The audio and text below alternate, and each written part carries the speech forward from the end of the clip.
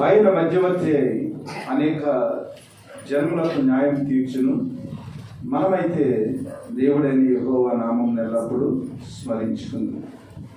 దేవుడు మన వెనుకల్లో ఈ వాక్యమును దీవించి ఆస్వాదించుగాక.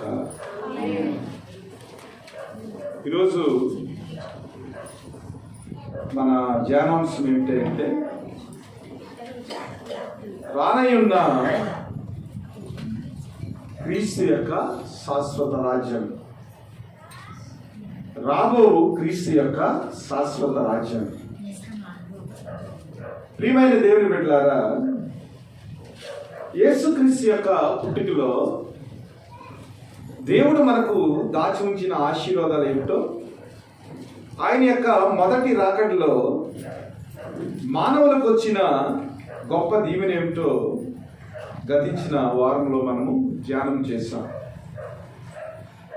అయితే క్రీస్తు యొక్క మొదటి రాకడ, క్రీస్తు యొక్క రెండవ రాకడ, ఈ ప్రవచనాలన్నీ కూడా కలిసి మనము ధ్యానం చేయాలని నేర్చుకున్నాం.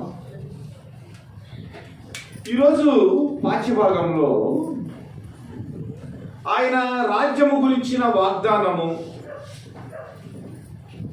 మానవుని యొక్క భవిష్యత్తు, పరలోక రాజ్యము, 1000 ఏళ్ల పరిపాలన, అనేక దేవుని యొక్క వాగ్దానాల గురించి, యేసుక్రీస్తు యొక్క పుట్టుకలో రెండవ రాకడ గూర్చిన విషయాలన్నీ కూడా గుప్తమై ఉన్నాయి.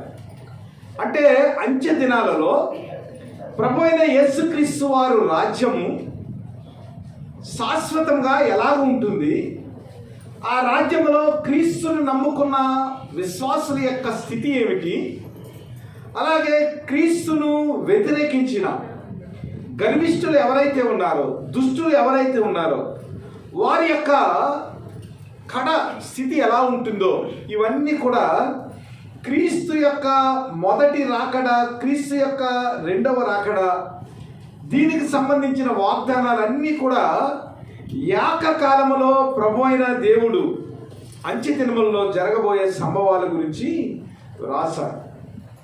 ఈ అంత్య దినాల గురించి మనము నేర్చుకోవాలి. ఎందుకంటే దేవుని యొక్క రాకడలో అంత్య దినాల్లో సంభవింపబోయే సంగతులు ఏమిటో మనకు ఆలోచనకు వచ్చినప్పుడు, అంత్య దినాల గురించి నేర్చుకున్న ఆ స్థితిని బట్టి దేవుని రాకడలో ఎత్తబడే గుంపులో మనల్ని మనం పరిశుద్ధపరచుకుని ఆయన కృపలో నిత్యరాజ్యానికి వెళ్ళేదానికి మనం నేర్చుకోగలుగుతాం. ఈ అంత్య దినాల గురించి మనం ఆలోచన చేసినప్పుడు, అంత్య దినాల గురించి ఆది కాండంలోనే రాయబడి ఉంది. ఆది కాండము 49వ అధ్యాయంలో మొదటి వచనాన్ని కనుక మనం పరిశీలన చేసినట్లయితే, అక్కడ యాకోబు మరణ సైమే ఉన్నప్పుడు తన బిడ్డలను దీవించేదానికి, ఆ బిడ్డలకు భవిష్యత్తులో జరగబోయే సంభవాల గురించి, అంత్య దినముల గురించి అక్కడే ఆయన యాకోబు ఏం చేశాడంటే తన కుమారులు 12 మందిని పిలిచి అక్కడ అంత్య దినాల్లో సంభవింపబోయే సంగతులు ఏమిటి, అంత్య దినాలలో ఏ గోత్రము ఎలాగ దీవించబడుతుంది, ఏ గోత్రానికి దేవుడు ఎలాంటి ఆశీర్వాదాలు ఇచ్చాడు, ఇవన్నీ కూడా అక్కడ రాయబడి ఉంటాయి. అలాగే ద్వితీయోపదేశ కాండంలో 4వ అధ్యాయం 30లో మనం చూసినట్లయితే, ఇశ్రాయేలు ప్రజలందరినీ కూడా మోషే పిలిచి, మోషే మరణానికి దగ్గర అవుతున్నప్పుడు అంత్య దినాల్లో దేవుడు ఇశ్రాయేల్ని ఎలాగ సమకూరుస్తాడో, ఏకరాజ్యముగా ఎలాగ చేస్తాడో, ఇశ్రాయేల్ యొక్క దీవెన ఏమిటో, ఇశ్రాయేల్ యొక్క శాపం ఏమిటో, ఇశ్రాయేల్ యొక్క ఆశీర్వాదం ఏమిటో, ఎవరు విడవబడతారు, ఎవరు దేవుని యొక్క రాజ్యంలో నడిపింపబడతారు, ఈ సంభవాలన్నింటినీ గురించి మరి మోషే గారు కూడా ఇశ్రాయేలుకి చాలా తేటతలంగా చెప్పారు. అలాగే మనం వెళ్ళినట్లయితే పత్రికలలోకి వచ్చేటప్పటికి ప్రభు అయిన యేసుక్రీస్తు యొక్క పుట్టిక, ప్రభు అయిన యేసుక్రీస్తు యొక్క మరణము, ప్రభు అయిన యేసుక్రీస్తు యొక్క పునరుద్ధానము, ప్రభు అయిన యేసుక్రీస్తు యొక్క ఆరోహణం, ఈ 4 విషయాలు, ప్రభు అయిన యేసుక్రీస్తు యొక్క పుట్టిక, ప్రభు అయిన యేసుక్రీస్తు యొక్క మరణము, ప్రభు అయిన యేసుక్రీస్తు యొక్క పునరుద్ధానము, ప్రభు అయిన యేసుక్రీస్తు యొక్క ఆరోహణము, ఈ 4 అంశాలు అయిన తర్వాత అపోస్తల కార్యములలో దేవుని యొక్క రాకడ గురించి ప్రవచింపబడింది. అలాగే తిమోతి పత్రిక వచ్చేటప్పటికి అంచె దినాల్లో సంభవింపబోయే అపాయకర సంభవాలు ఏమిటి, దేవుడు ఏ సమయంలో వస్తాడు, మనుషుల మధ్య రకరకాల పరిస్థితులు ఎదురైనప్పుడు ఏ పరిస్థితుల్లో దేవుడు మరలా ఈ లోకానికి రాజుగా వస్తాడు, ఆయన రాజ్యాన్ని స్థాపిస్తాడనేది పౌలు గారు తిమోతికి రాసిన పత్రికలో చాలా తేట తెల్లముగా అంచె దినాల గురించి మాట్లాడాడు. అలాగే మనం ముందుకు వెళ్ళినట్లయితే పేతురు గారు కూడా అంచె దినాల్లో అపాయకర సంభవాల్లో మనుషులు ఎలాగ ప్రవర్తిస్తారు, మనుషుల యొక్క ప్రవర్తనలో ఎలాంటి మార్పులు వస్తాయి, ప్రపంచం యొక్క స్థితిలో ఎలాంటి మార్పులు వస్తాయి, ఆకాశంలో ఎలాంటి స్థితులు సంభవిస్తూ ఉంటాయి, ఇవన్నిటిని గురించి కూడా పేతురు గారు కూడా చాలా చక్కగా ఆయన 2వ పత్రికలో రాసినట్లుగా మనం చూస్తూ ఉంటాం. కాబట్టి ఈ విషయాలన్నిటినీ జ్ఞాపకం చేసుకుని అంచె దినాల గురించి ప్రభువైన యేసుక్రీస్తు యొక్క పుట్టుకలోనే దేవుని యొక్క రాజ్యము గురించి, అంచె దినాల్లో సంభవించే సంగతుల గురించి వేదాంత పండితులు అనేక విధాలుగా తమ అభిప్రాయాలను వారు రకరకాల విషయాలను లేదా లేఖనాలను పరిశీలన చేసి వారు ఎంతో చక్కగా వివరించినట్లు మనం చూస్తూ ఉంటాం. అందులో 1000 ఏళ్ల పరిపాలన గురించి రాయబడి ఉంది, అలాగే సంఘము ఎత్తబడే స్థితి గురించి రాయబడి ఉంది, అలాగే నిత్యరాజ్యం గురించి రాయబడి ఉంది. కొంతమంది వేదాంత పండితులు మరి క్రీస్తు యొక్క రాకడకు ముందు 1000 ఏళ్ల పరిపాలన జరుగుతుందని, కొంతమంది 1000 ఏళ్ల పరిపాలన లేదని, యేసుక్రీస్తు వచ్చినప్పుడే భూలోకంలోనికి పరలోకానికి సంబంధించిన ఆనవాళ్లు వచ్చాయని రకరకాల అభిప్రాయాలు వారు రాసి ఉంచారు. అయితే వీరందరూ కూడా రాసి ఉంచిన విషయాలలో చాలా ప్రాముఖ్యమైన విషయం ఏమిటంటే 1000 ఏళ్ల పరిపాలన, అలాగే దేవుని యొక్క రాకడ. అందరూ వేదాంత పండితులు చెప్పిన విషయాలలో ఈ 2 విషయాలు కూడా గుప్తమై ఉన్నది. అదేమిటంటే దేవుని యొక్క 1000 ఏళ్ల పరిపాలన, అలాగే దేవుని యొక్క నిత్యరాజ్యం. అయితే దేవుని యొక్క 1000 ఏళ్ల పరిపాలనకును దేవుని యొక్క నిత్యరాజ్యానికి మధ్యలో దేవుని యొక్క తీర్పు కూడా ఉంది. ఇది చాలా జాగ్రత్తగా వినాలి. ఈరోజు మీరందరూ కూడా బైబిల్ కాలేజ్ స్టూడెంట్స్ అని అనుకోండి. దేవుని యొక్క 1000 ఏళ్ల పరిపాలన, దేవుని యొక్క నిత్యరాజ్యము. దేవుని యొక్క నిత్యరాజ్యానికి దేవుని యొక్క 1000 ఏళ్ల పరిపాలనకును మధ్యలో దేవుని యొక్క తీర్పు ఉంది. అయితే దేవుని యొక్క 1000 ఏళ్ల పరిపాలన గురించి మనము జాగ్రత్తగా ఆలోచన చేసినట్లయితే దానికి సంబంధించిన విషయాలన్నీ కూడా దేవుని యొక్క నిత్యరాజ్యంలో మనం అనుభవించేదానికి అవకాశం ఉంటుంది. కాబట్టి ఇక్కడ మనము చదువుకున్న లేఖన భాగాల గురించి ఆలోచన చేసినట్లయితే దేవుని యొక్క 1000 ఏళ్ల రాజ్యము గురించి, అలాగే దేవుని యొక్క నిత్యరాజ్యము గురించి, యేసుక్రీస్తు యొక్క పుట్టుక గురించి, ఇశ్రాయేలీలందరూ కూడా ఏకరాజ్యముగా వారు ఏర్పడే స్థితిని గురించి యెషయా గ్రంథంలో రాయబడి ఉంది, అలాగే హబక్కు గ్రంథంలో రాయబడి ఉంది, ఇర్మియా గ్రంథంలో రాయబడి ఉంది.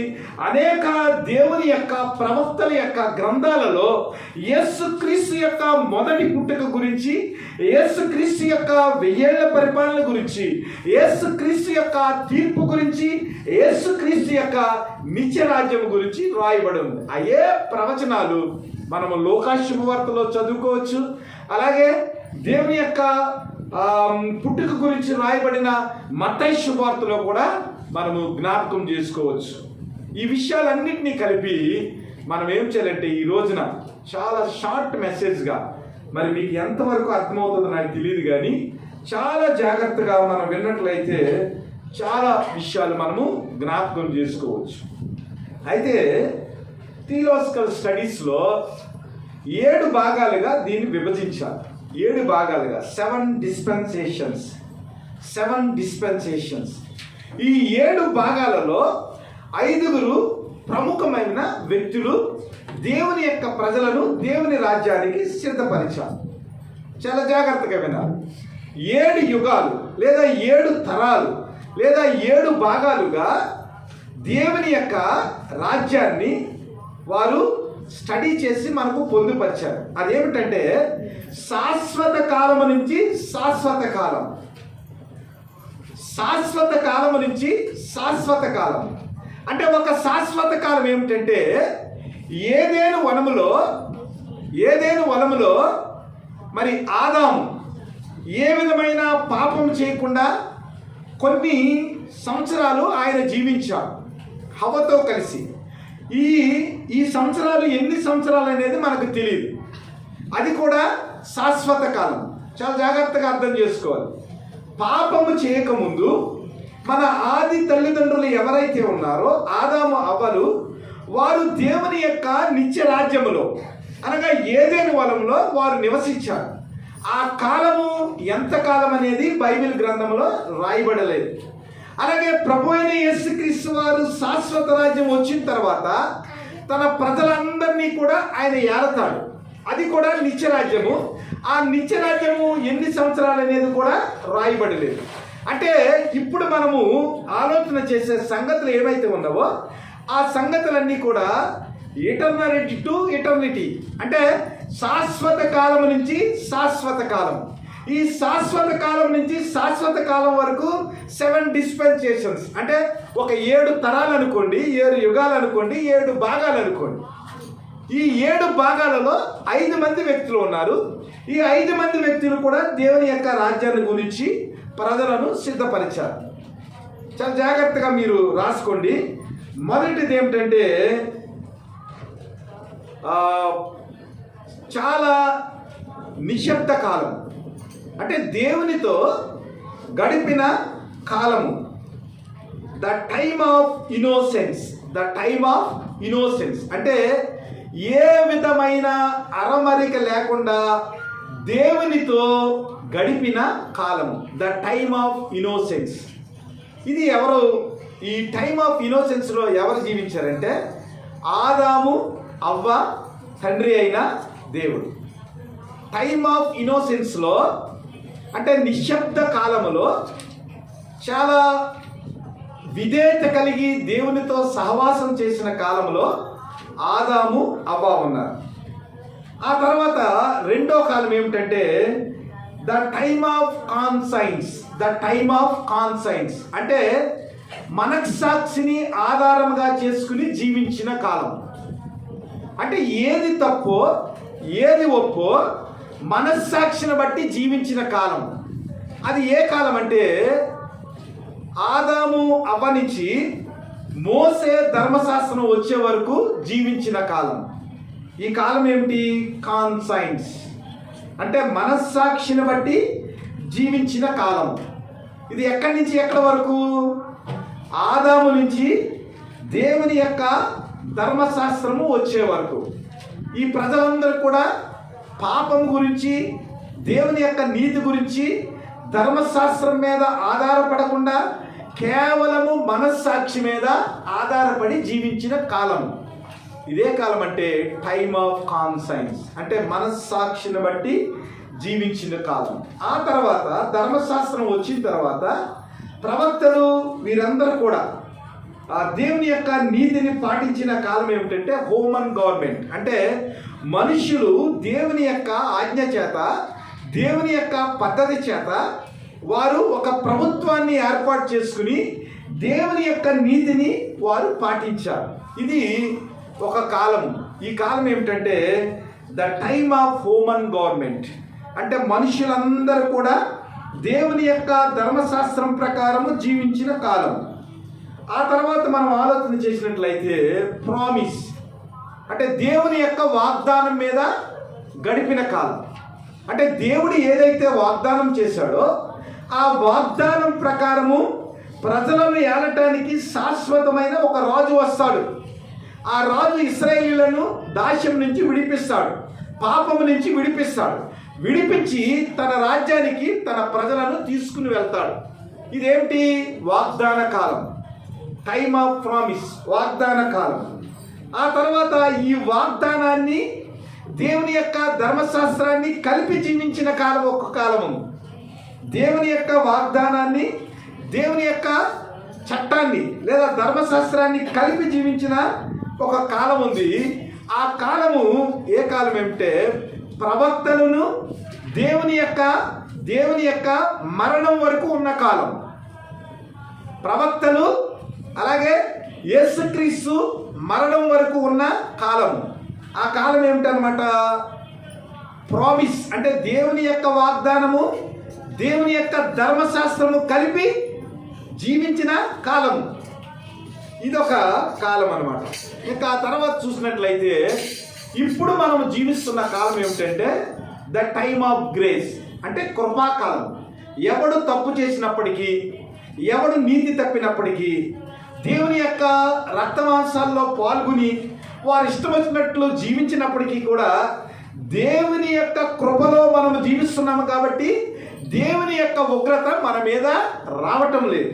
కాబట్టి ఇప్పుడున్న ప్రజలందరూ కూడా ఏ డిస్పెన్సేషన్లో వారు జీవిస్తున్నారంటే the time of grace, the dispensation of grace, అంటే దేవుని యొక్క కృపాకాలంలో మనం జీవిస్తూ ఉన్నాం. అనగా దేవుని యొక్క కృపాకాలంలో దేవుని యొక్క ఉగ్రత మన మీదకి రాకుండా, వెంటనే రాకుండా మనము సరిదిద్దుకునే సమయాన్ని ప్రభు అయిన యేసుక్రీస్తు ద్వారా మనకి ఇచ్చారు.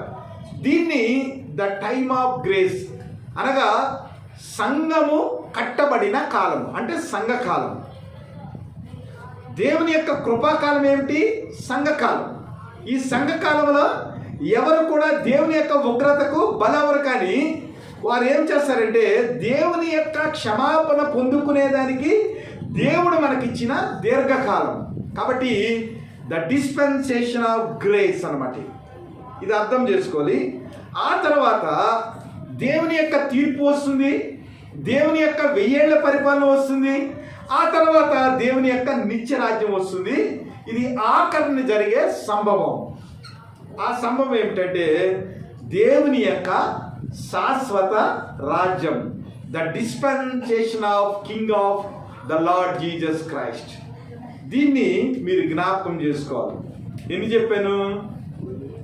7 డిస్పెన్సేషన్ చెప్పాను. ఒకటి ఏంటంటే the dispensation of innocence, the dispensation of conscience, the dispensation of home and government, the dispensation of promise, the dispensation of law, the dispensation of grace and the dispensation of Kingdom of the lord Jesus Christ in eternity.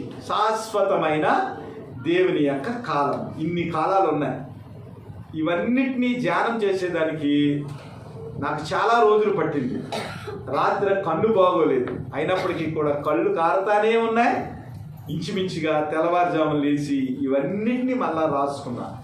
కాబట్టి మీరందరూ కూడా దేవుని యొక్క రాజ్యము కొరకు పవిత్రమైన జీవితాలు మీరు గడపాలని, ఈ యొక్క క్రీస్తు యొక్క రాకడలో, మొదటి రాకడలో రెండవ రాకడకు మీరు సిద్ధపడే ఆ పవిత్రమైన నీతియుక్తమైన జీవితాన్ని మీరందరూ కూడా జీవించాలని ఈ విషయాలన్నీ కూడా చెప్తా ఉన్నా.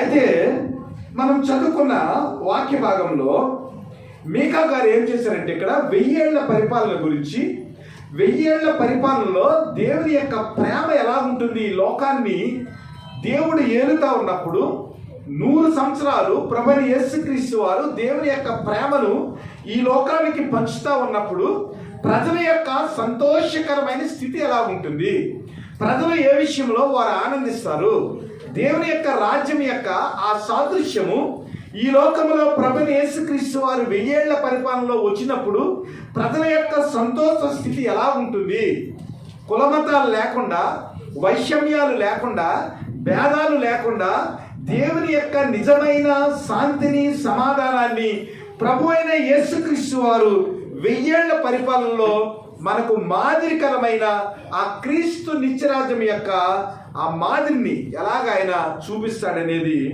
మేకా గారు ఇక్కడ రాసి ఉంచారు. 4వ అధ్యాయము 1వ వచనంలో మనం ఆలోచన చేసినట్లయితే, అంత్య దినములలో యెహోవా మందిర పర్వతముల శిఖరమున స్థిరపరచబడి కొండల కంటే ఎత్తుగా ఎత్తబడగా ప్రవాహం వచ్చినట్లు జనులు దానిలోనికి వత్తురు. దేవుని యొక్క రాజ్యానికి మొదటి సూచన ఏమిటంటే దేవుని యొక్క మందిరము కట్టబడటం. దేవుడు రాకడకు లేదా 1000 ఏళ్ల పరిపాలనకు మొదటి సూచనగా ఇక్కడ మీకా గారు ఏం చెప్తున్నారంటే, అంచె దినములలో యెహోవా మందిర పర్వతం దగ్గర, శిఖరం దగ్గర దేవుని యొక్క మందిరము కట్టబడుతుంది.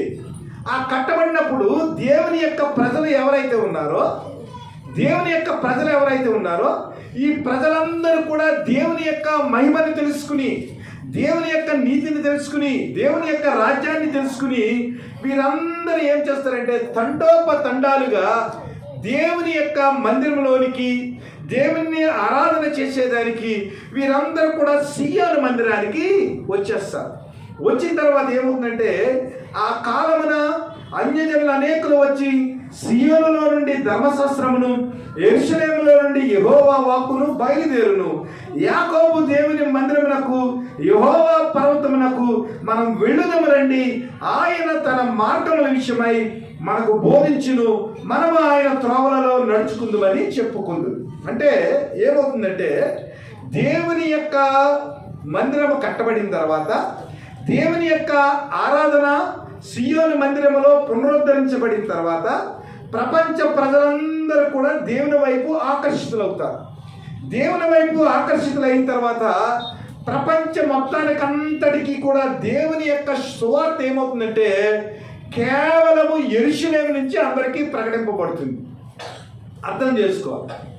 ప్రపంచంలో ఉన్న ప్రపంచ దేశాలకంతటికీ కూడా దేవుని యొక్క సువార్త ఏదైతే ఉందో, దేవుని ప్రజలందరూ కూడా దేవుని వైపు ఆకర్షింపబడిన తర్వాత దేవుని యొక్క సువార్త యెరూషలేము నుండి ప్రపంచ మొత్తానికంతటికీ కూడా అందించబడుతుంది. ఇది ఎలాగ అందించబడుతుందంటే, ఇప్పుడున్న టీవీని మనం చూసామనుకోండి, ఎక్కడో షార్జాలో క్రికెట్ జరుగుతూ ఉంటుంది. ఆ షార్జాలో క్రికెట్ జరిగినప్పుడు ఏమవుతుంది, ఆ షార్జా క్రికెట్ని ఎవరైతే ఛానల్లో పెట్టుకున్నారో వారందరూ కూడా ఒకేసారి ఆ క్రికెట్ని మనము చూడగలుగుతాం. అలాగే ఏమవుతుందంటే, ప్రభువైన యేసుక్రీస్తు వారు ఆ 1000 ఏళ్ల పరిపాలనలో దేవుని యొక్క ఆరాధన జరిగిన తర్వాత ప్రజలందరూ కూడా దేవుని వైపు ఆకర్షింపబడిన తర్వాత యెరూషలేములో నుండి మొత్తం సువార్త ప్రకటించబడుతుంది. యెరూషలేములో ప్రకటింపబడిన సువార్త అంతా కూడా ప్రపంచ దేశాలకన్నిటికీ కూడా ఏకకాలములో అందరికీ వినబడుతుంది. ఇది 1000 ఏళ్ల పరిపాలనలో దేవుడు తన రాజ్యాన్ని ఏలే కాలములో ఈ భూమి మీద జరిగే సంభవం. అంటే యెరూషలేము నుండే మనకందరికీ కూడా దేవుని యొక్క వాక్యము వినబడుతుంది. అక్కడే ప్రభువైన యేసుక్రీస్తు వారు రాజుగా ఉంటారు, ప్రభువైన యేసుక్రీస్తు వారు న్యాయాధిపతిగా ఉంటారు. కాబట్టి యెరూషలేములో వచ్చిన ఆజ్ఞ ఏదైతే ఉందో అది ప్రపంచ దేశాలకంతటికీ కూడా అందించబడుతుంది. ఏ వ్యక్తి కూడా ప్రభువైన యేసుక్రీస్తుకి అడ్డు చెప్పడు. ప్రభువైన యేసుక్రీస్తు యొక్క రాజ్యంలో ఏ విధమైన అసభ్యత ఉండదు. ప్రభువైన యేసుక్రీస్తు యొక్క రాజ్యంలో ఆ 100 ఏళ్ల పరిపాలనలో ఏమవుతుందంటే, దేవుని యొక్క ఆజ్ఞ ఏదైతే ఉందో అది శిరస ప్రతి వారు కూడా దాన్ని ఆచరించే కాలంగా ఉంటుంది. అయితే మరి ఈ రోజున్న గవర్నమెంట్ కాలాల్లో గవర్నమెంట్ ఏదైనా ఆర్డర్ ఇస్తుంది అనుకోండి, ఆ ఆర్డర్ని దేశంలో ఉన్న ప్రతి ప్రజలు కూడా 100కి 100 పాళ్ళు వారు ఆచరించలేని పరిస్థితి. అయితే 1000 ఏళ్ల పరిపాలనా కాలంలో యేసుక్రీస్తు రాజుగా ఉన్నప్పుడు మరి ప్రజలందరూ కూడా మోసగింపబడకుండా, ప్రజలందరూ కూడా అవినీతిగా నడుచుకోకుండా, ప్రజలందరూ కూడా పరిశుద్ధమైన ఆత్మతో దేవుని యొక్క బోధను, దేవుని యొక్క న్యాయమును వారు ఎలాగ పాటిస్తారు? ఇది ప్రశ్న. మీకు అర్థమవుతుందా? ఇప్పుడున్న గవర్నమెంట్లో, ప్రభుత్వం ఏదైనా ఒక పథకం ప్రవేశపెట్టింది అనుకోండి, దానికి ఆపోజిట్గా ఉన్న ఎవరైతే ఉన్నారో ప్రభుత్వానికి పక్కన ఉన్న ఆ అపోజిషన్ పార్టీ ఎవరైతే ఉన్నారో వారు ఏం చేస్తారు? ప్రభుత్వ పథకాలను వారు విమర్శిస్తారు. కానీ 1000 ఏళ్ల పరిపాలనలో ప్రపంచ మొత్తాన్నంతటినీ క్రీస్తే రాజుగా, క్రీస్తే న్యాయాధిపతిగా మొత్తం ప్రపంచాన్ని ఏలుతున్న కాలంలో ఏ వ్యక్తి కూడా ప్రభువైన యేసుక్రీస్తుకి వ్యతిరేకంగా ఒక మాట కూడా మాట్లాడకుండా ప్రభు అయిన యేసుక్రీస్తు యొక్క ఆజ్ఞను శిరస వహిస్తారు. ఇది ఎలాగ జరుగుతుంది? ఇప్పుడున్న రాజ్యంలో లేదా ఇప్పుడున్న ప్రభుత్వంలో ప్రభుత్వం యొక్క విధానాలను వ్యతిరేకించే వ్యక్తులు అనేక మంది ఉన్నారు. కానీ 1000 ఏళ్ల పరిపాలనలో ఏ వ్యక్తి కూడా మోసగింపబడకుండా, ఏ వ్యక్తి కూడా అన్యాయానికి గురి కాకుండా, ఏ వ్యక్తి కూడా అపవిత్రతకు చోటు ఇవ్వకుండా పవిత్రమైన జీవితాన్ని 1000 ఏళ్ల పరిపాలనలో ప్రపంచంలో ఉన్న ప్రజలందరూ కూడా జీవిస్తారు. ఇది ఎలాగో జరుగుతుంది? ఇది ప్రభువైన యేసుక్రీస్తు వారి యొక్క ఆ కృపను అర్థం చేసుకుంటానికి, ఆ ప్రేమను మనము తెలుసుకుంటానికి లేఖనాల్లో నుంచి దేవుడు మనకు ఒక వాక్యాన్ని ఇచ్చాడు. ప్రకటన గ్రంథము 20వ అధ్యాయం 20వ అధ్యాయం 1వ వచనం నుంచి, మరియు పెద్ద సంఖ్యలను చేత పట్టుకుని అగాధం యొక్క తాళపు చెవి గల ఒక దేవదూత పరలోకము నుండి దిగివచ్చుట చూచి తిని, అతడు ఆది సర్పమును అనగా అపవాదియు సాతానును అను ఆ ఘట సర్పమును పట్టుకుని 1000 సంవత్సరములు వానిని బంధించి అగాధములో పడవేసి ఆ 1000 సంవత్సరములు గడుచు వరకు ఇక జనములను మోసపరచకుండానట్లు అగాధమును మూసివేసి దానికి ముద్ర వేసెను. అటు పిమ్మట వాడు కొంచెము కాలము విడిచిపెట్టబడవలెను. నీకు అర్థమైందా?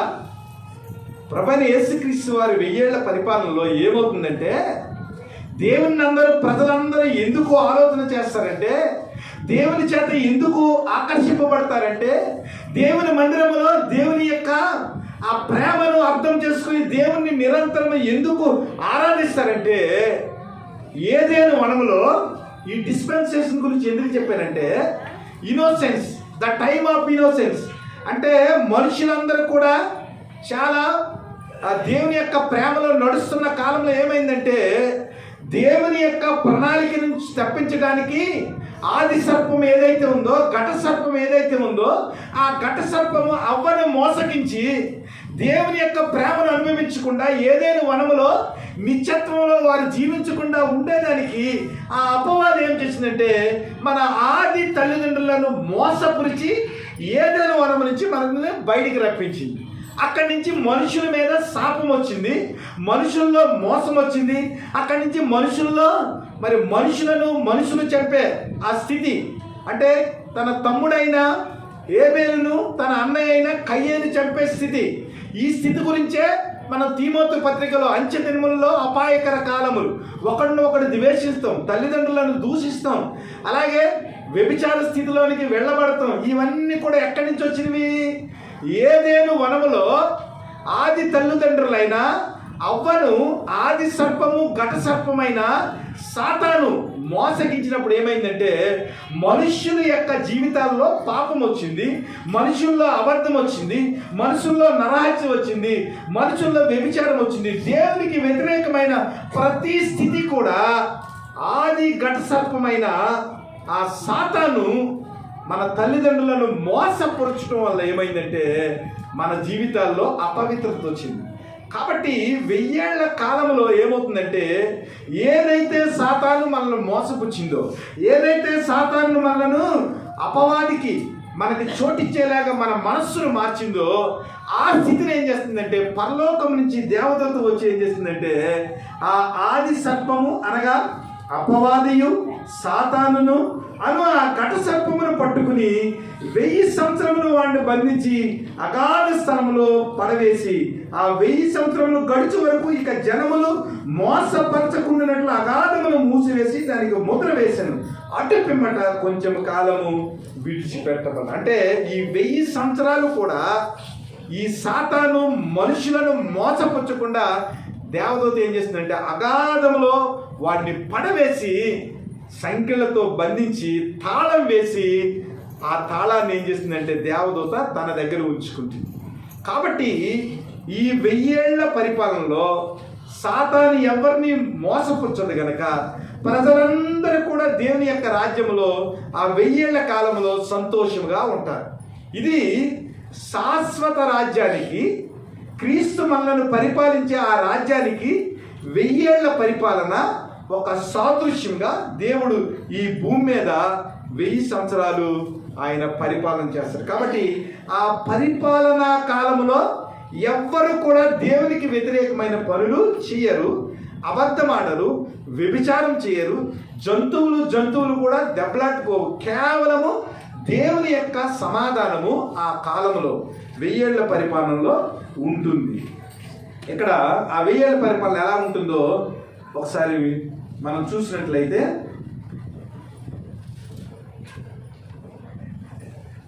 4వ వచనం నుంచి చూడండి ఒకసారి.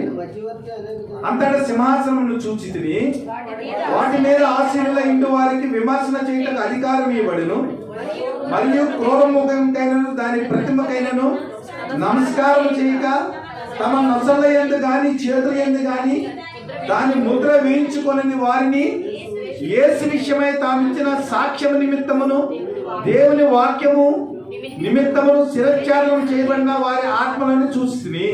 వారు బ్రతికిన వారై 1000 సంవత్సరములు క్రీస్తుతో కూడా రాజ్యము చేసిరి.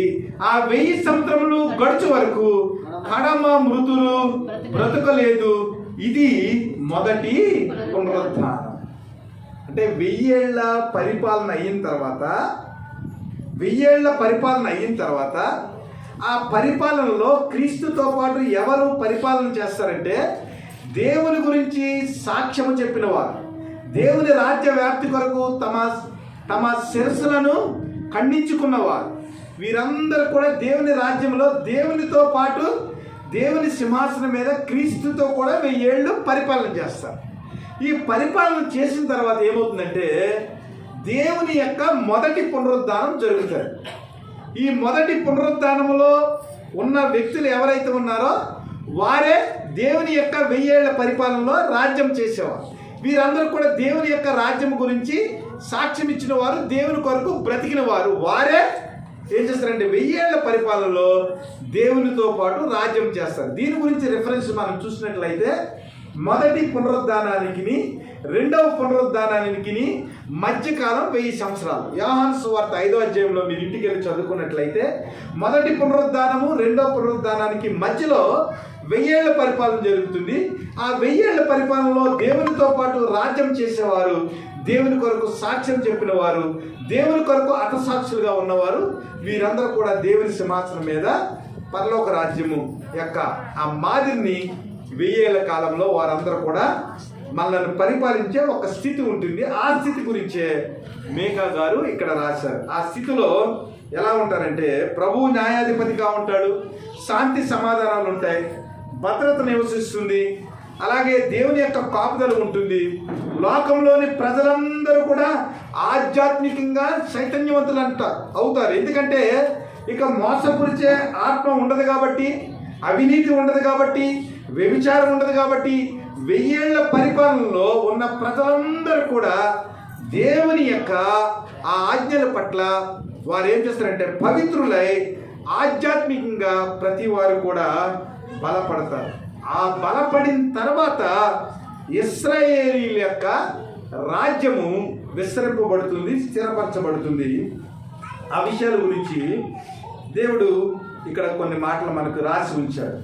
ఎవరు భయం లేకుండా ప్రతివాడును తన ద్రాక్ష చెట్టు కిందను తన అంజూరపు చెట్టు కిందను కూర్చుండును, సైన్యములకు అధిపతి యెహోవా మాట ఇచ్చున్నాడు.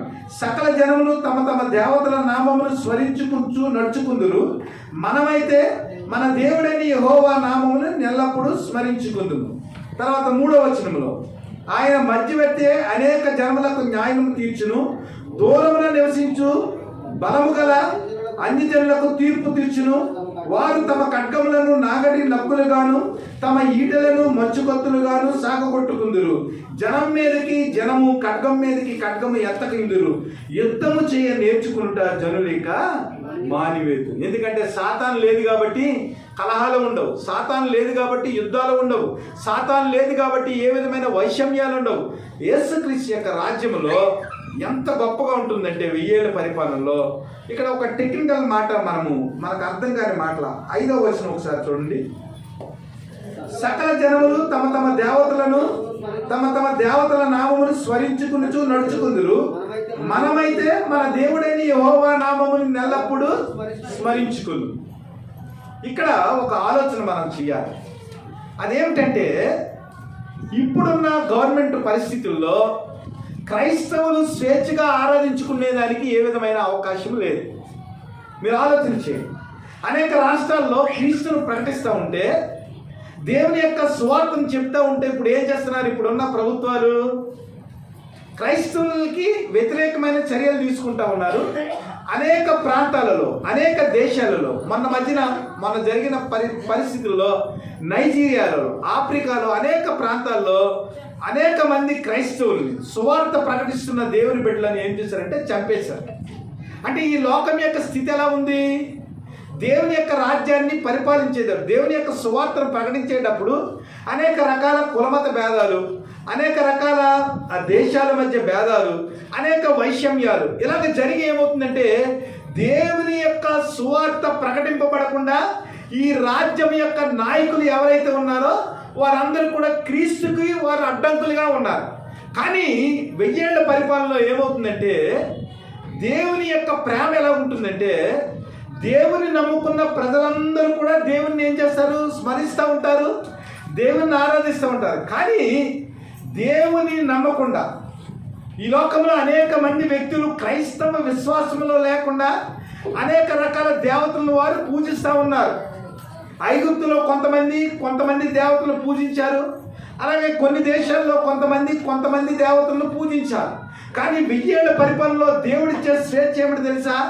మనమందరము కూడా మన దేవుడైన యెహోవా నామాన్ని స్మరిస్తాం. అదే సమయంలో ఇతర దేశాలకు చెందిన వ్యక్తులు, ఇతర మతాలకు చెందిన వ్యక్తులు, ఇతర విశ్వాసాలకు చెందిన వ్యక్తులు ఎవరైతే ఉన్నారో వారందరూ కూడా తమ తమ దేవతలను వారు స్వేచ్ఛగా ఆరాధించుకుంటారు. అయినప్పటికీ కూడా దేవుడు వారి మీద ఏ విధమైన భారం లేకుండా వారందరూ కూడా దేవుని వైపు తిప్పబడేదానికి దేవుడు అవకాశం ఇచ్చే రాజ్యము 1000 ఏళ్ల పరిపాలన. ఇది అర్థం చేసుకోవాలి. మనం ఈ లోకంలో క్రీస్తును నమ్ముకునేదానికి, క్రీస్తును ప్రకటించేదానికి అనేక రకాల అడ్డంకులు ఉన్నవి. కానీ ప్రభువైన దేవుడు 1000 ఏళ్ల పరిపాలనలో తాను రాజ్యాన్ని చేసేటప్పుడు ఎవరైనా కూడా తమ ఇష్టమైన దేవతలను వారు పూజించవచ్చు, ఇష్టమైన దేవతలను వారు మొక్కుకోవచ్చు. అయినప్పటికీ కూడా దేవుని యొక్క భారము కానీ, దేవుని యొక్క తీర్పు కానీ వారి మీదకి ఏమాత్రం లేకుండా సర్వ ప్రజలు కూడా దేవుని యొక్క 1000 ఏళ్ల కాలంలో వారు పరిపూర్ణమైన సౌభాగ్యము కలిగి, పరిపూర్ణమైన సమృద్ధి కలిగి, పరిపూర్ణమైన దేవుని యొక్క ప్రేమను అనుభవించేదానికి, స్వేచ్ఛగా జీవించేదానికి దేవుడు ఏం చేశాడంటే ఆ కాలంలో సకల ప్రజలకు దేవుని యొక్క సమాధానాన్ని అందించినట్లుగా మనం చూస్తూ ఉంటాం. ఆ దినమున నేను కుంటువారిని పోగు చేదును, అవతలకు వెళ్ళగొట్టబడిన వారిని, బంధింపబడిన వారిని సమకూర్చెదను. ఇదే యెహోవా వాక్కు. కుంటివారిని శేషముగాను, దూరమునకు వెళ్ళగొట్టబడిన వారిని బలమైన జనముగాను నేను చేతును. యెహోవా సీయోను కొండయందు ఎప్పటి నుండి శాశ్వత కాలం వరకు వారికి రాజుగా ఉండును. మందల గోపురమా, సీయోను కుమార్తె పర్వతమా, మునిపట్టులాగిన యెరూషలేము కుమార్తెల మీద నీకు ప్రభుత్వము కలుగును. ఇది ఫైనల్ చేశాడు. అంటే ఈ మొదటి రాకడ, రెండవ రాకడ, 1000 ఏళ్ల పరిపాలన, ఎత్తబడే కాలము, ఇవన్నీ కలిసి మీకా ప్రవక్త ఏం చేశాడంటే దేవునికి యేసుక్రీస్తు కంటే ముందే 700 సంవత్సరాల ముందే ఎన్ని విషయాలు కలిపి ఇక్కడ ఆయన పొందుపరిచినట్లుగా మనం చూస్తాం. ఒక్కొక్కటి మనం ఇప్పుడు సమయం సరిపోదు, కానీ బైబిల్ స్టడీలో మనం ధ్యానం చేసినట్లయితే ఈ ఒక్క అధ్యాయమే మనం అట్లీస్ట్ కొన్ని నెలలు మనము దీన్ని మనం ధ్యానం చేయొచ్చు. కాబట్టి దేవుని యొక్క ఆ 1000 ఏళ్ల పరిపాలన గురించి, దేవుని యొక్క రాజ్యం గురించి, దేవుని యొక్క తీర్పు గురించి లేఖనాల్లో మనకు పొందుపరచబడి ఉంది. కాబట్టి ఈ క్రిస్మస్ వేళల్లో మనం ఏం చేయాలంటే క్రీస్తు యొక్క మొదటి రాకడ కంటే క్రీస్తు యొక్క రెండవ రాకడ ఇంకా ప్రాముఖ్యమైందని మనం ఎరిగి ఆయన ప్రేమలో మనం ఏం చేయాలంటే పవిత్రులుగా జీవించేదానికి, ఆయన రాజ్య వారసులుగా మనము తీర్చబడేదానికి మనం ఏం చేయాలంటే ఈ క్రిస్మస్ వేళల్లో మనమందరం కూడా ప్రభు యొక్క ప్రేమలో మనం ఏం చేయాలంటే ఎదగాలి. ఎందుకంటే రోమాపత్రిక 2వ అధ్యాయంలో చాలా సమయం అయిపోయింది. 2వ అధ్యాయంలో దేవుని తీర్పు గురించి రాయబడి ఉంది. ఆ దేవుని యొక్క తీర్పులో ఎవరెవరు విడవబడతారు, ఎవరెవరు దేవుని యొక్క రాజ్యానికి వారు వెళ్తారు, ఎవరు దేవుని యొక్క నిత్య జీవనంలోకి వెళ్తారు అనేది చాలా చక్కగా రోమాపత్రిక 2వ అధ్యాయం 1 నుంచి 6 వచనాలు మనం చదివినట్లయితే అనేక విషయాలు, 16 వచనాల వరకు మనం చదివినట్లయితే అనేక విషయాలు మనకి అక్కడ 1000 ఏళ్ల పరిపాలన గురించి, దేవుని యొక్క నీతి గురించి, దేవుని యొక్క రాజ్యం గురించి, రాబోయే శాశ్వత రాజ్యం గురించి, నిత్య జీవం గురించి ఇవన్నీ కూడా రోమాపత్రిక 2వ అధ్యాయంలో మనకు రాయబడి ఉంది. ఎవరికి నిత్య జీవం వస్తుంది, ఏ ప్రజలు దేవుని యొక్క రాజ్యాన్ని స్వతంత్రించుకుంటారు, ఆ స్వతంత్రించుకునే ఆ సమయంలో ఈ లోకంలో మనం ఎలాగ జీవించాలి, దేవుని యొక్క నీతిని ఎలాగ ప్రకటించాలి, ఇవన్నీ కూడా మనకు రాయబడి ఉంది. అదే విషయం మనకు కీర్తన గ్రంథము 2వ అధ్యాయం 8 నుంచి 9 వచనాలు మనం చదివినట్లయితే దేవుని తీర్పు గురించి రాయబడి ఉంటుంది, దేవుని రాజ్యం గురించి కూడా రాయబడి ఉంటుంది. అదే విషయాలు మరి 11వ అధ్యాయం యెషయా గ్రంథం 11వ అధ్యాయం 4వ వచనంలో చూసినట్లయితే దేవుని యొక్క తీర్పు గురించి, దేవుని యొక్క శాశ్వత రాజ్యం గురించి కూడా అక్కడ రాయబడి ఉంటుంది. కాబట్టి దేవుని బిడ్డలారా, ఈ మొదటి రాకడలో దేవుని యొక్క రెండవ రాకడను మనం చూడగలగాలి. ఈ మొదటి రాకడలో దేవుని యొక్క 1000 ఏళ్ల పరిపాలనను మనం చూడగలగాలి. ఈ మొదటి రాకడలో దేవుని యొక్క శ్రమల కాలాన్ని మనం చూడగలగాలి. ఈ మొదటి రాకడలోనే దేవుని యొక్క శాశ్వత రాజ్యాన్ని మనం చూడగలగాలి. ఈ మొదటి రాకడలోనే ఆది కాండం నుంచి ప్రకటన గ్రంథం వరకు ఉన్న వచనాలన్నీ కూడా యేసుక్రీస్తు యొక్క పుట్టికలో అవి ప్రవచనాలుగా, దేవుని యొక్క వాగ్దానాలుగా, దేవుని యొక్క ఆజ్ఞలుగా, దేవుని యొక్క చట్టముగా రాయబడి ఉన్నవని మనం గమనించి మనం ఏం చేయాలంటే పరిశుద్ధమైన జీవితాన్ని ప్రభువైన యేసుక్రీస్తు క్రిస్మస్ వేళల్లో మనల్ని దర్శించాడు కాబట్టి ఆ ప్రత్యక్షతలో మనల్ని మనం పవిత్రపరచుకుని దేవుని యొక్క శాశ్వత కాలానికి మనం సిద్ధపడే వారిగా ఉండాలి. అవే వచనాలు మనం చదువుకున్న లూకా శుభవార్తలో 2వ అధ్యాయము 29 నుంచి, మొదటి అధ్యాయము 29 నుంచి 33 వరకు. ఆమె ఆ మాటకు బహుగా తొందరపడి ఈ శుభవచనం ఏమిటో అని ఆలోచించుకొనుచుండగా దూత మరియా భయపడకము, దేవుని వల్ల నీవు కృప పొందితివి, ఇదిగో నీవు గర్భము ధరించి కుమారుని కని ఆయన యేసు అని పేరు పెట్టింది. ఇది మొదటి రాకడ. కుమారుని కని ఆయనకు యేసు అని పేరు పెట్టిదువు, నీవు దేవుని యొక్క కృపను పొందితివి. అంటే ద డిస్పెన్సేషన్ ఆఫ్ గ్రేస్ అక్కడ రాయబడి ఉంది. ఇందాక మనం చదువుకున్న 7 డిస్పెన్సేషన్లో ఒక డిస్పెన్సేషన్ గ్రేస్ అంటే దేవుని యొక్క సంఘకాలం. ఏమిటది? కృపాకాలము. భయపడకము, దేవుని వల్ల నీవు కృప పొందితివి, ఇదిగో నీవు గర్భము ధరించి కుమారుని కని ఆయనకు యేసు అని పేరు పెట్టబడదు. ఇది క్రిస్మస్. ఆ తర్వాత ఆయన గొప్పవాడై సర్వోన్నతుని కుమారుడు అనబడును, ప్రభు అయిన దేవుడు ఆయన తండ్రి అయిన దావీదు సింహాసనమును ఆయనకిచ్చును. ఇది 1000 ఏళ్ల పరిపాలన. చాలా జాగ్రత్తగా మీరు అండర్లైన్ చేసుకోవాలి. మొదటిది క్రిస్మస్, రెండవది 1000 ఏళ్ల పరిపాలన. ఆయన గొప్పవాడై సర్వోన్నతుని కుమారుడు అనబడును, ప్రభు అయిన దేవుడు ఆయన తండ్రి అయిన దావీదు సింహాసనమును ఆయనకిచ్చును. తర్వాత నిత్య రాజ్యము. ఆయన యాకోబు వంశస్థులను యుగ యుగములు ఏలును, ఆయన రాజ్యము అంతము లేనిదై ఇండునని ఆమెతో చెప్పాను. ఇది శాశ్వత కాలము, దేవుని యొక్క రాజ్యం. మొదటిది దేవుని యొక్క మొదటి రాకడ, రెండవది 1000 ఏళ్ల పరిపాలన, మూడవది శాశ్వత రాజ్యం. ఇక్కడ 3 ప్రవచనాలు, 3 వాగ్దానాలు, ఇవన్నీ కూడా క్రిస్మస్లోనే దేవుడు మనకు పొందుపరిచి ఉంచారు. ఏ వాగ్దానాలు? యెషయా గ్రంథం మనం 9వ అధ్యాయంలో క్రిస్మస్లో మనం చెప్పుకుంటాం. ఆయన భుజం మీద రాజ్యభారం ఉండును. తండ్రి ఆయన ఏం చేస్తారంటే తన ఇష్టానుసారము దీన్ని నెరవేర్చునని రాయబడి ఉంటుంది. అది దేనికి సంబంధించింది? శాశ్వత కాలానికి సంబంధించింది. ఆయన భుజం మీద రాజ్యభారం ఉండును అనేది ఏమిటి? 1000 ఏళ్లకు సంబంధించింది. ఏలైనగా మనకు శిశు పుట్టెను, కుమారుడు మనకు అనుగ్రహించబడిన అదేంటి? క్రిస్మస్. అంటే క్రిస్మస్లోనే 1000 ఏళ్ల పరిపాలన ఉంది.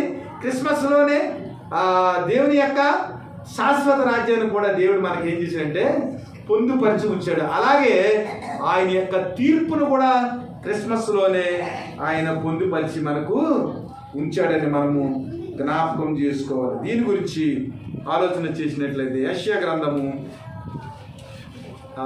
సింపుల్గా మనం చూద్దాం. లాస్ట్కి వచ్చింది మలాకీ గ్రంథం 4వ అధ్యాయానికి వచ్చింది. సువార్త మనం ముగించవచ్చు, టైం ఎక్కువ అవుతుంది. మలాకీ గ్రంథము పాత నిబంధన లాస్ట్ గ్రంథం మలాకీ గ్రంథంలో ఈ రెండింటి గురించి కలిపి ధ్యానం చేసే ఒక మాట ఉంది.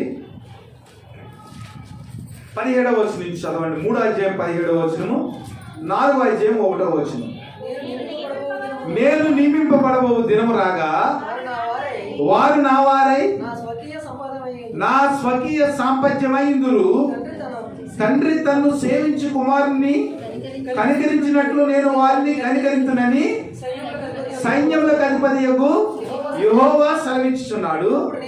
అప్పుడు నీతి గల వారెవరో, దుర్మార్గులు ఎవరో, దేవుని సేవించే వారెవరో, ఆయనను సేవించిన వారెవరో మీరు తిరిగి కొనుక్కుందురు. ఇందాక మనం ఆ మీకలో చూసినట్లు దేవుడు 1000 ఏళ్ల పరిపాలనలో ఆయన పరిపాలిస్తూ ఉన్నప్పుడు కొంతమంది అయితే ఏం చేస్తారు? తమ తమ దేవతలను వారు పూజిస్తారు, తమ తమ దేవతలను వారు ఆరాధిస్తారు. మనమైతే మన దేవుడని యెహోవాను ఏం చేస్తాము? నిశ్చయత కలిగి చక్కగా ద్రాక్ష చెట్ల కింద, ఆ లెబనోన్ చెట్ల కింద దేవుని యొక్క ఆ నామాన్ని మనం స్తుతిస్తూ ఆరాధిస్తూ స్వేచ్ఛగా జీవిస్తాం. ఇక్కడికి వచ్చేటప్పుడు మలాకి ఏం చెప్తున్నాడంటే ఆ కాలం వచ్చినప్పటికి, దేవుని యొక్క దినం వచ్చినప్పటికి, దేవుని యొక్క శాశ్వత రాజ్యం వచ్చినప్పటికి ఏమవుతుందంటే నీతి గల వారెవరో, దుర్మార్గులు ఎవరో, దేవుని సేవించే వారెవరో, దేవుని సేవించిన వారెవరో మనము ఆ టైంలో 1000 ఏళ్ల పరిపాలనలో మనకంతా కూడా తెలిసిపోతుంది. ఒక పిక్చర్ వచ్చేస్తుంది. ఆ తర్వాత ఏమవుతుందంటే దేవుని యొక్క తీర్పు వస్తుంది. అనగా నియమింపబడిన 4వ అధ్యాయం 1వ వచనం, నియమింపబడిన దినము వచ్చుచున్నది, కొలిమి కాల్చినట్లు అది కాల్చును, గర్విష్ఠులందరూ దుర్మార్గులందరూ పొయ్యి కాలువలే ఉందురు. వారిలో ఒకరిని వేరైనను చిగురైనను లేకుండా రాబోవు దినము అందరినీ కాల్చివేయనని సైన్యములకు అధిపతి యెహోవా సెలవిచ్చుచున్నాడు. ఇదేమిటి? దేవుని యొక్క తీర్పు. మనం ఏం చెప్పుకున్నాం? 1000 ఏళ్ల పరిపాలనను దేవుని యొక్క శాశ్వత రాజ్యానికి మధ్యలో ఏముంటుంది అనుకున్నాం? మనము తీర్పు ఉంటుందని అనుకున్నాం. ఇక్కడ దేవుని సేవించేవారు ఎవరో, దేవుని సేవించిన వారు ఎవరో మనకు తెలిసిపోతుంది. ఆ సేవించని దుర్మార్గులు ఎవరైతే ఉన్నారో, సేవించని గర్విష్ఠులు ఎవరైతే ఉన్నారో వారందరూ కూడా తీర్పులోకి వెళ్ళిపోతారు. వీరందరూ కూడా కాల్చబడతారు. కాల్చబడిన తర్వాత దేవుని యొక్క ప్రజలకు నిత్యరాజ్యం. చదవండి 2వ వచనం నుంచి. అయితే నా నామమందు భయభక్తులు గలవారు మీకు నీతి సూర్యుడు ఉదయించును, అతని రెక్కలు ఆరోగ్యం కలగజేయను గనుక మీరు బయలుదేరి క్రొవ్విన దూడలు గొంతులు వేయినట్లు మీరు గొంతులు వేయుదురు. నేను నియమింపబోవు దినమున దుర్మార్గులు మీ పాదము కింద ధూళి వలె ఉందురు. మీరు వారిని అనగదొక్కుదురని సైన్యములకు అధిపతియగు యెహోవా సెలవిచ్చుచున్నాడు. ఇదేమిటి? క్రిస్మస్ కమ్ము శాశ్వత రాజ్యం. క్రిస్మస్ కమ్ము శాశ్వత రాజ్యం. మీకు నీతి సూర్యుడు ఉదయించును, అతని రెక్కల కింద ఆరోగ్యం కలిగజేయును కనుక మీరు బయలుదేరి కొవ్విన దూడలు గొంతులు వేయినట్లు గొంతులు వేయుదురు. అంటే క్రిస్మస్ కాలం నుంచి నిత్యరాజ్యంలోకి వచ్చేసాం. ఒక్క వచనంలో చెప్పేశాడు. ఎవరు? మలాకి. ఒకే వచనంలో నీతి సూర్యుడు ఉదయించెను, ప్రభువైన యేసుక్రీస్తు వారి మొదటి రాకడ. ఆ 2వ రాకడలో మనం ఏం చేస్తాం? బయలుదేరి అనగా మనం అందరం కూడా బయలుదేరి నిత్యరాజ్యంలోనికి వెళ్ళిపోతాం. అక్కడ ఏం చేస్తామంటే కొవ్విన దూడలు గొంతులు వేయినట్లు మనము గొంతులు వేస్తాం. ఆ దినాన్ని ఏమవుతుందంటే దేవుని నమ్మని ప్రజలకు ఏమవుతుందంటే శాశ్వతమైన అగ్నిగుండం అక్కడ ఉంటుంది. దేవుని ప్రజలందరూ కూడా వారిని ఏం చేస్తారంటే పాదముల కింద ధూళి వలె వారిని అనగదొక్కేస్తారు. ఇవన్నీ కూడా ప్రభు అయిన దేవుడు ఆసక్తి కలిగి దీన్ని నెరవేర్చిన సైన్యములకు అధిపతి యెహోవా సెలవిచ్చుచున్నాడు. ఎంత ఉందన్నమాట. కాబట్టి క్రిస్మస్లో మనం ఏం చేయాలంటే క్రీస్తు యొక్క మొదటి రాకడ, క్రీస్తు యొక్క రెండవ రాకడ, 1000 ఏళ్ల పరిపాలన, అలాగే దేవుని తీర్పు, ఇవన్నీ కలిసి మనం అర్థం చేసుకున్నప్పుడు ఏమవుతుందంటే క్రీస్తు కొరకు మనం నిజముగా మనం జీవించగలం. దేవుని యొక్క నీతి కొరకు, దేవుని యొక్క న్యాయం కొరకు, దేవుని యొక్క ప్రేమ కొరకు, దేవుని యొక్క సువార్త కొరకు, దేవుని యొక్క ఈ రాజ్య వ్యాప్తి కొరకు మనం ఏం చేస్తామంటే మనలను మనము పవిత్రపరచుకుని ఆ దేవుని శాశ్వత రాజ్యానికి మనము అర్హులుగా తీర్చబడతాం. ఒకవేళ లేదంటే దేవుని యొక్క ఆ దండం ఏదైతే ఉందో ఆ ఇనప దండము ఏసుకెళ్ళ రాస్తాడు. దేవుని యొక్క ఇనప దండం అంట దేవుని నమ్మని దుర్మార్గులను, గర్విష్ఠులను అది ఏం చేస్తుందంటే నలగ కొట్టేస్తుందంట. ఆ నలగ కొట్టిన కాలంలో ప్రకటనలో రాయబడింది ఏం తెలుసా? దుర్మార్గుల యొక్క, గర్విష్ఠుల యొక్క రక్తం అంట వీధుల్లో ఎంత ఎత్తు పారుతుందంటే గుర్రము భూమి మీద